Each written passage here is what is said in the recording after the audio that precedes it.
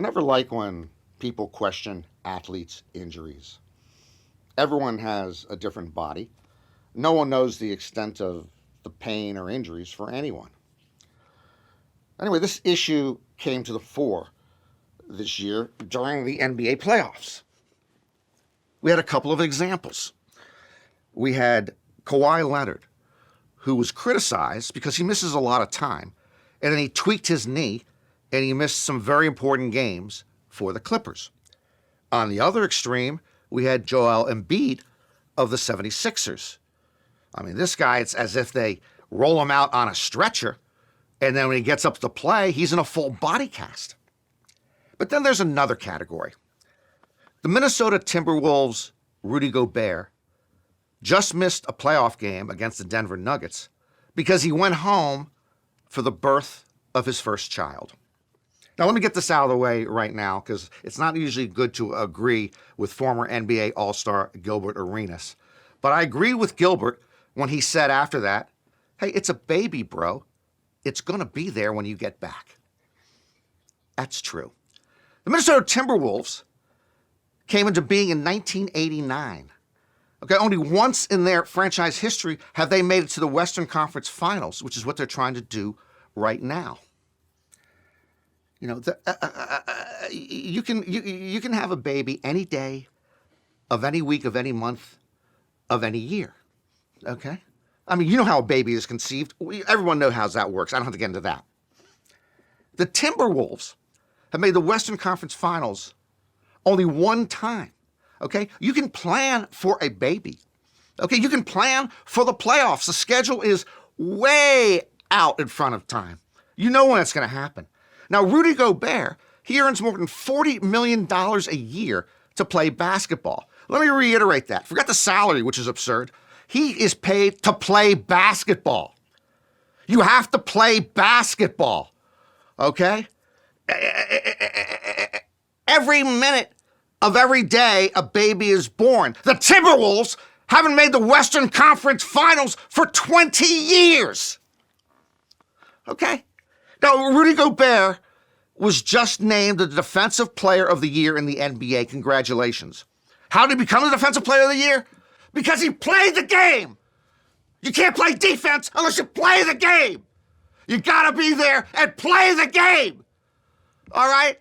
So what's he doing back home? Oh, maybe now he wants to be Father of the Year. Hey, you don't become Father of the Year for a long time because that gets proven if you're there for your kids' stuff and you take care of your kids' problems and your kid knows your name. You don't become Father of the Year sitting in a waiting room while your baby boy is delivered. That's the job of a mother.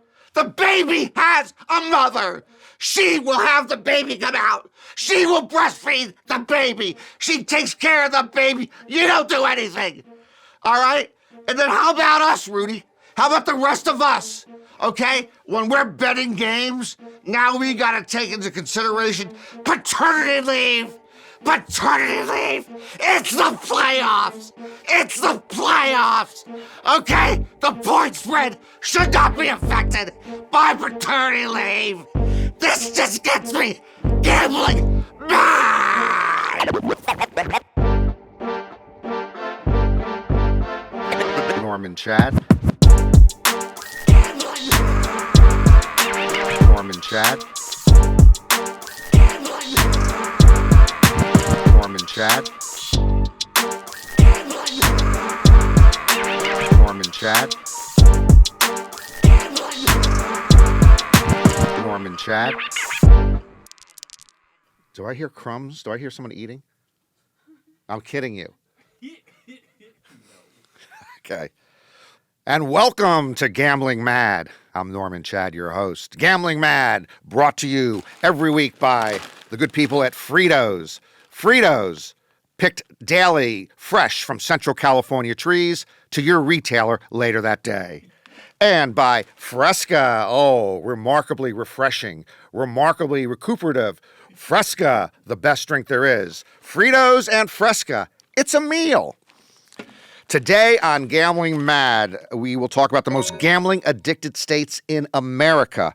Atlantic City might be disappearing into the Atlantic Ocean. Maybe that's a blessing in disguise. And maybe that $1 bill in your pocket, believe it or not, could be worth $100,000. But first, who doesn't love the wholesome food, drink, and entertainment bonanza that is Dave & Buster's?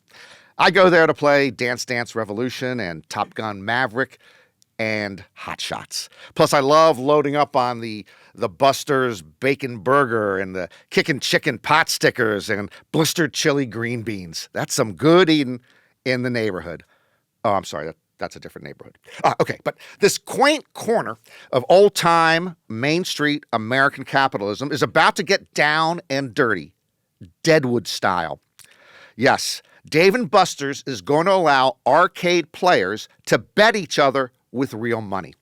A Dave & Buster's PR release calls it, quote-unquote, friendly competition. Through a mobile app, rewards members will be able to wager about $10 per game against a buddy. They call it social betting. I call it gambling. Now tell me Pete Rose is not making a beeline to the nearest Dave & Buster's as I speak. So what's next? 7-Eleven going to allow customers in line to bet on whether someone will order a cherry or grape Slurpee in front of them before they leave?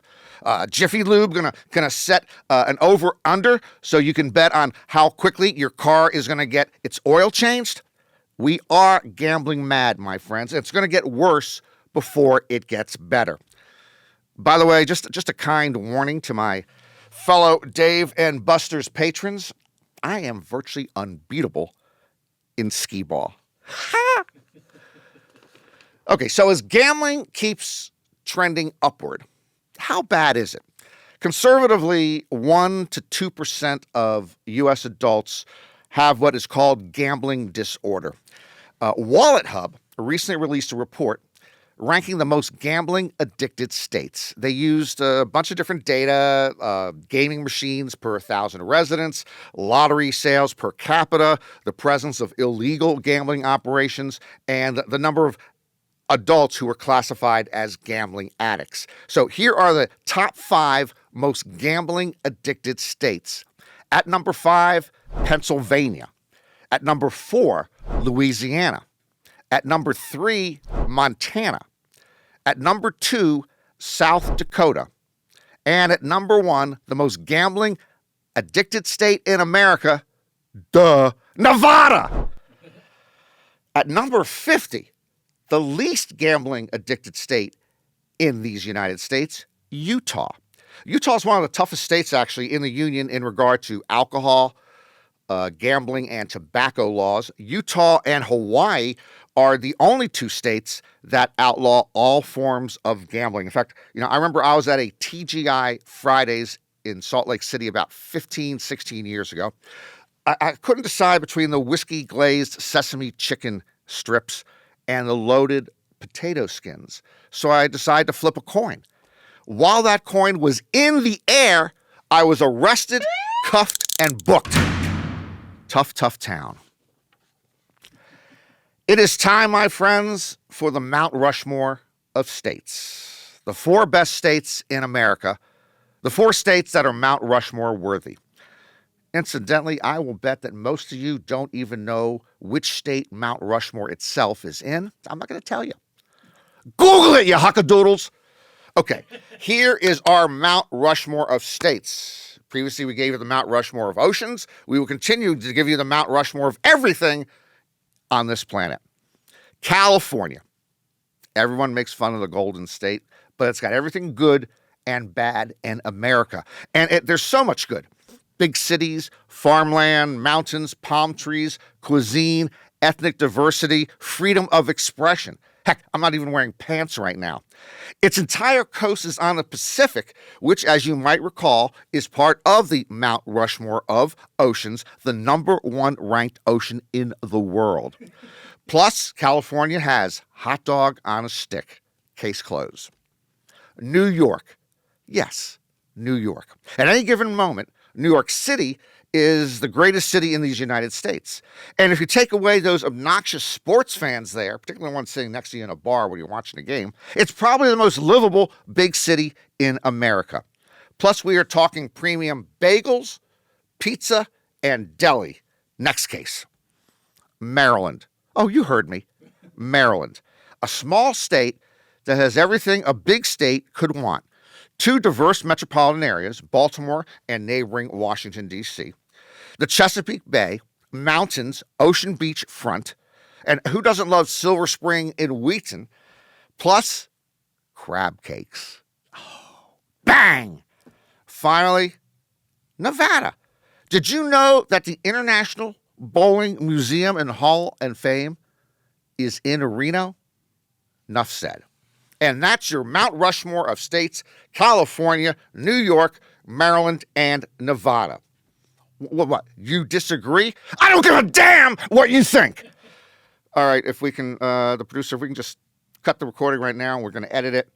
I just want to stop right here and just provide just a little, I don't know, premium content for our premium subscribers. So let's go, and let's just go into some added content on the Mount Rushmore of states. There were several states that were runners-up, sort of honorable mention, to make the Mount Rushmore of states. Texas and Florida were not among them. I hope you enjoyed this premium content. It is time for D-Gen's Gonna D-Gen. This is the story of Parashuram, a 38-year-old convict serving a life sentence for murder in a Karnataka, India prison. According to the Indian Express, he had smuggled in a smartphone, but then guards raided his cell last month. He quickly had to make a decision. His cell, of course, is pretty small, and there wouldn't be a lot of places to hide anything. So what did Parashuram do? He swallowed the phone. Let me repeat that for those of you who are half asleep.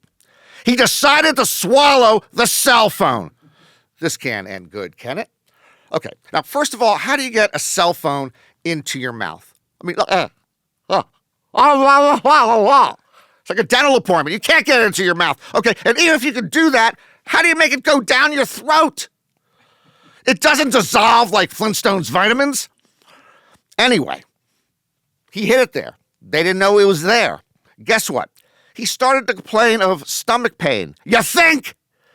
And he was transferred to a local hospital. They did an ultrasound to locate the phone. Okay, I'm not a medical expert, but I think you just could have called the number, and then when you heard it, you'd know what part of the body it was in. But no, they did an ultrasound, and they found out that it was stuck in the entrance in the small intestine. That was a bad break for this fella. You know, if it had gone through the large intestine, I'm sure everything would have been fine. You know, small intestine, large intestine. Big difference. The phone can get through the large intestine. Doctors performed surgery to remove the phone, which, by the way, was inside the prisoner for 20 days before the operation. He recovered, and he returned to his cell. All's well that ends well. D-Gen's gonna D-Gen. You know, there are a lot of people out there trying to get into the Guinness Book of World Records. Some of the things they do are ridiculous. The one I'm about to detail is not completely as preposterous as the rest, but I'm not happy with it. A British man ran 1 mile through the water in a swimming pool to set a Guinness World Record.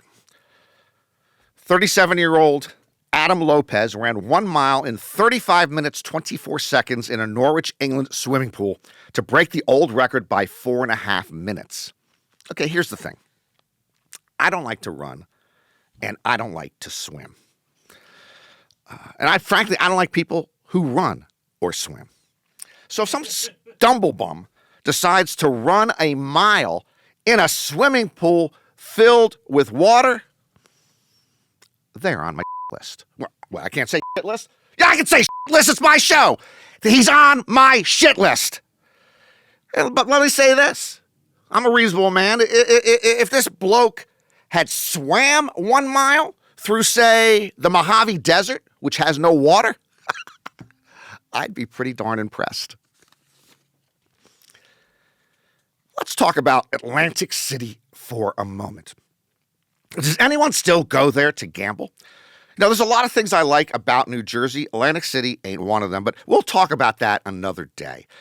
Atlantic City remains a semi-popular oceanside resort in the summer. But according to the Associated Press, there's one problem. They're running out of sand. They had a bunch of winter storms, and the Atlantic Ocean kicked up too much ocean. In the northern end of town, the beaches are badly eroded. The sand is all but gone. Now, I want you all to remember when I listed the Mount Rushmore of oceans a little while ago, the Atlantic did not make the cut. I knew what I was talking about. Now, there's supposed to be a beach replenishment project in the works, in progress, but it's not going to be finished. They're not going to have it until the end of the summer. So let's say you're the Hard Rock Casino in the northern part of town. You're not too happy. There's no beach in front of your property. That means no beach bar, no beach cabanas, no beach revenue, no beach. A beach resort without a beach is like Chick-fil-A without chicken. Rest in peace, Atlantic City. Dollar bill alert! Dollar bill alert! Believe it or not, one of the dollar bills at this moment in your wallet might be worth $100,000 or more. I am not making this up. All because of a government printing error several years ago. This is what happened. There were a bunch of bills with duplicate serial numbers printed. One set issued by the Federal Bank in New York, a second set issued by the Federal Bank in Washington, D.C. About 6.4 million of these $1 bills are still in circulation. Only 9 matching pairs of the $1 bills have been found so far. These are collector's items, even though none of the people who have those 9 matching pairs have given them up. Depending on their condition, they could be worth tens of thousands of dollars, maybe $100,000 or more. This is better than the Powerball Lotto. You know, you don't have to walk into some mini mart and buy a ticket. You might have that ticket in your pocket right now. Now, here's how you look for them. They were printed in 2014 and 2016, so you want to look for the Series 2013 on the far right of the bill. The bills have a B Federal Reserve seal. That's the letter B. So above the serial number, located to the right of George Washington's picture, see if it's a B, and that's a start. Which reminds me, make sure George Washington is on this bill. If it's Nixon, Reagan, or Obama, you have a phony $1 bill. Now, I've been running pretty bad lately, so I'm actually down to a single $1 bill. You know, I checked it earlier. You know, looked for that Series 2013 down there, Series 2013, but this is an L, not a B up here, so it's only worth $1. Screw it. Now it's worth less than $1. There's more where those came from, believe me. I'm going to say this one time and one time only. The New England Patriots dynasty has been over for 5 years, and I don't want to hear another thing about that damn dynasty until I have been dead for 5 years. First of all, just a reminder, they cheated again and again. Don't argue with me. They cheated. They even joked about the cheating on the 3.5-hour roast of Tom Brady that was just aired on Netflix. 3.5 hours? At the Last Supper, they roasted Judas for less than 20 minutes. Plus, we just endured a 10-part docuseries on the Patriots dynasty on Apple TV earlier this year. Enough of Tom Brady. Enough of Bill Belichick. Enough of Robert Kraft. Enough of Gronk, for crying out loud. They even made multiple Aaron Hernandez jokes on the Netflix roast. That's right, jokes about a former teammate, a murderer who committed suicide while in prison. No more New England Patriots! You know, I half expect to turn on Hulu next week and they'll be in the middle of the Julian Edelman story. That will do it for another episode of Gambling Mad. I'm Norman Chad. Hope to see you next time. And remember, if you're going to roll the dice, make sure they're loaded.